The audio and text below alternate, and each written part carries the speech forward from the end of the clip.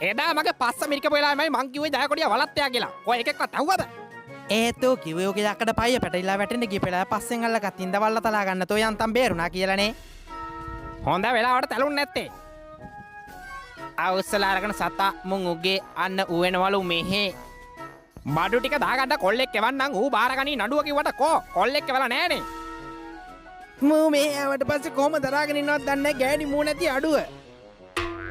මොනවා වුණත් ජෙනුවෙන් මිනිහා මූ දුවලා නැහනේ පොලිසියෙන් ඕම මෙහෙම එනවා දැක දැක. හැබැයි නඩුව අතේ තියාගෙන මූ පොලිසියට 1000 ටෝක් දීලා.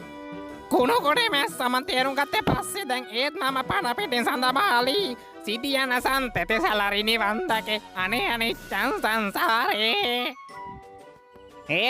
මේ රැප් කියන පොල් කිච්චියේ මේක අසරවිලා කනක් ඇලි ඉන්න නෑනේ. ලොකයේ දවස් දෙක තුනක් කරා පහනකොට දේශබන්දුට හිතේ එල්ලුම් ගස් කියනන් සපයි කියලා.